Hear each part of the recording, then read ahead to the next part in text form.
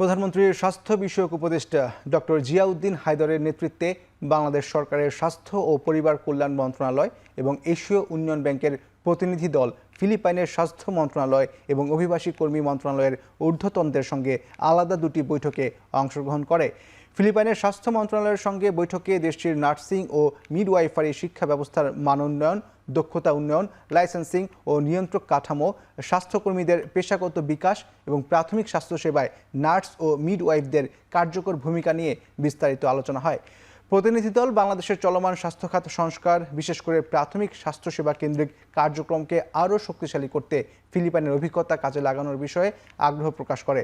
Doctor Ziauddin Haider বলেন, এই সফর বাংলাদেশের স্বাস্থ্য খাতের সংস্কার, বাংলাদেশের স্বাস্থ্য খাতের উন্নয়ন এবং কর্মসংস্থান সৃষ্টির ক্ষেত্রে গুরুত্বপূর্ণ ভূমিকা রাখবে।